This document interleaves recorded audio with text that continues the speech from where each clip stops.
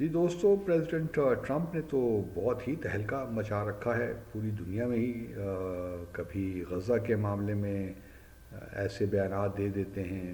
کہ جی پورے فلسطینی غزہ پٹی سے نکل جائیں تو ایک تہلکہ مچ جاتا ہے، پھر واپس لیتے ہیں، پھر بیانات دے دیتے ہیں۔ اسی طرح ہم نے یوکرین کے معاملے میں دیکھا جو کچھ انہوں نے صدر زیلنسکی کے ساتھ وائٹ ہاؤس میں کیا، وہ بھی ہمارے سامنے ہے۔ اب پریزیڈنٹ پوٹن نے ان کو ایک چکمہ سا دے دیا ہے، اور ابھی تک سیز فائر پہ وہ اتفاق نہیں کر رہے، تو اب پریزیڈنٹ پوٹن کے بارے میں کہہ رہے ہیں کہ میں بہت ڈس اپوائنٹ ہوا ہوں، اور اگر ایسا سیز فائر نہ ہوا تو پھر میں سینکشنز کا سوچوں گا۔ اب سینکشنز لگتی ہیں نہیں لگتی ہیں تو ایک الگ معاملہ ہے، اور اگر سینکشنز لگتی ہیں خاص طور پہ آئل اور گیس سیکٹر میں تو پھر بھارت کے لیے پریشانی ہو سکتی ہے، کیونکہ بھارت کروڈ فارم میں تو آئل امپورٹ کر رہا ہے رشیا سے، اور پھر اس کو ریفائن کر کے باہر دنیا کو ایکسپورٹ کرتا ہے، اور کافی پیسہ کما رہا ہے بھارت اس سے۔ تو ایک لحاظ سے بڑی ہی اور اب چونکہ یوکرین میں ان کو کامیابی نہیں مل رہی، جو کہ ان کا دعویٰ تھا کہ میں ایک دن کے اندر اندر یوکرین کی جنگ کو رکوا دوں گا، تو پریزیڈنٹ پوٹن نے تو کافی ان کو پھنسا دیا ہے، ان دا سینس کہ وہ راضی ہی نہیں ہیں۔ وہ تو لانگ ٹرم چاہتے ہیں، جو ہے permanent cease fire in the sense کہ نیٹو کا بھی کوئی عمل دخل یوکرین کے ساتھ نہ رہے، کوئی فورسز بھی وہاں پہ نہ ہوں۔ اور پھر دوسری بات یہ کہ انہوں نے تو زیلنسکی کو چیلنج کر دیا ہے کہ ان کے ساتھ میں کیا معاہدہ کروں، یہ تو اللیجیٹیمیٹ گورنمنٹ ہے، مارشل لاء ہے،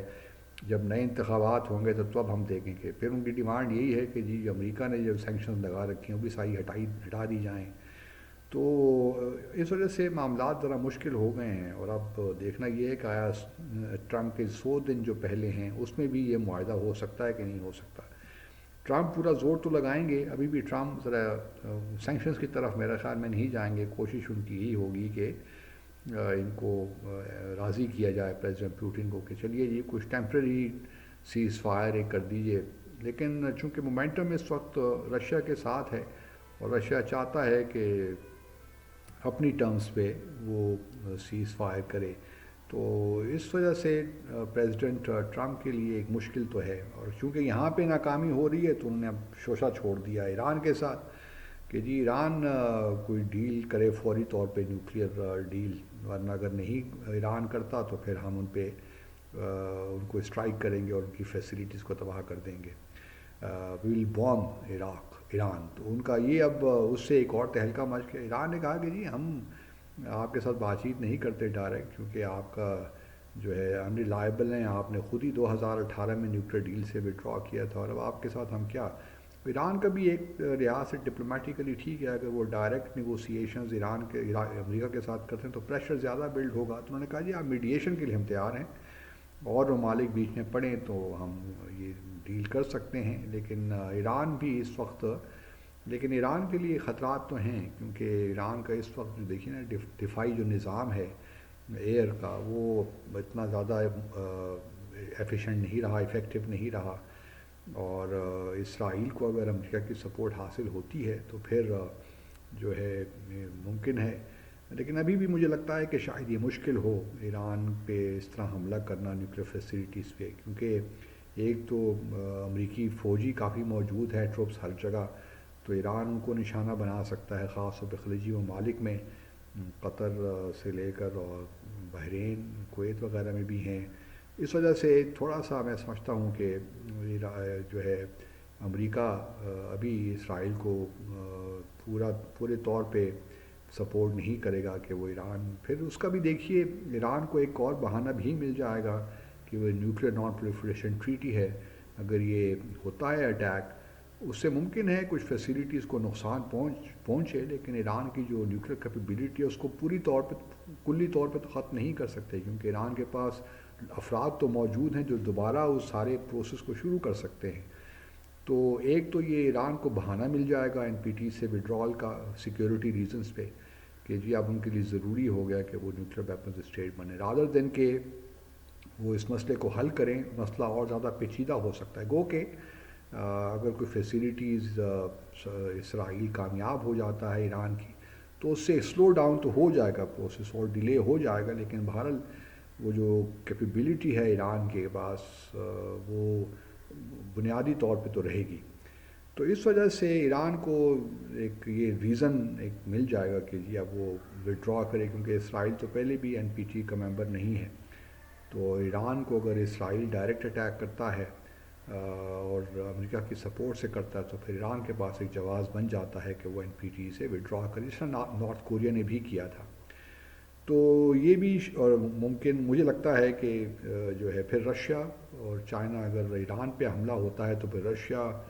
اور امریکہ کے درمیان تعلقات کی نوعیت ہی بدل جائے گی، کیونکہ ایران نے کافی مدد کی ہے رشیا کی، خاص طور پہ شاہد ڈرونز وغیرہ جو ایران نے دیے ہیں، اور باقی بھی اسلحہ اور بارود دیا ہوگا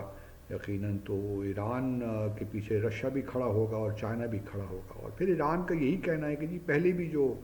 نیوکلیر ڈیل ہوئی تھی 2015 میں، اس میں تمام ممالک شامل تھے، اس میں روس بھی تھا، چین بھی تھا، European union, Germany, France, you کے. تو ان کو ممالک کو دوبارہ شامل کیا جائے تو ہم تیار ہیں، لیکن ہم براہ راست دو طرفہ بات چیت نہیں کریں گے. تو ایران کا موقف تو درست ہے، لیکن چونکہ ٹرمپ صاحب نے ایک شوشہ چھوڑنا ہوتا ہے تو وہ شوشہ تو انہوں نے چھوڑ دیا. تو اس وقت ساری دنیا یہی باتیں کر رہی ہے کہ جی آیا ایران پہ حملہ ہوگا نہیں ہوگا، ہر کوئی اپنا اپنا تجزیہ پیش کر رہا ہے. اب دیکھنا، اسرائیل تو چاہتا ہے کہ یہ سب کچھ ہو، کیونکہ سیٹن یاہو، جس کو ہمارے کچھ لوگ سیٹن یاہو بھی کہتے ہیں نتن یاہو کی بجائے، کہ وہ تو چاہتے ہیں کہ یہ معاملات پھیلیں. کیونکہ حزب اللہ پہ دیکھیے دوبارہ لیبنان پہ بھی اٹیک کیا اسرائیل نے، جو غزہ میں جو کچھ ہو رہا ہے، 1000 سے زائد لوگ شہید ہو گئے ہیں 19 جنوری کے بعد سے، جب سے یہ سیز فائر کا معاہدہ ہوا. اور اب تو خیر معاہدہ ٹوٹ ہی گیا ہے ایک لحاظ سے. تو اسرائیل کی تو یہ خواہش ہے کہ یہ ایران کی نیوکلیر فیسیلیٹیز کو وہ امریکہ کی سپورٹ کے ساتھ اس کو نشانہ بنائے. لیکن وہ جب کس حد تک کامیاب ہوتے ہیں، اس این اوپن کویسچن. اور میرا اپنا خیال یہی ہے کہ شاید ابھی بھی امریکہ، ٹرمپ صاحب نے ایک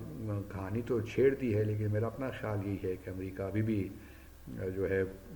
اسرائیل کو اس بات کا اختیار نہیں دے گا کہ وہ ایران پہ حملہ کرے، کیونکہ ٹروپس بھی انوالوڈ ہیں امریکہ کے خلیجی ممالک میں. تو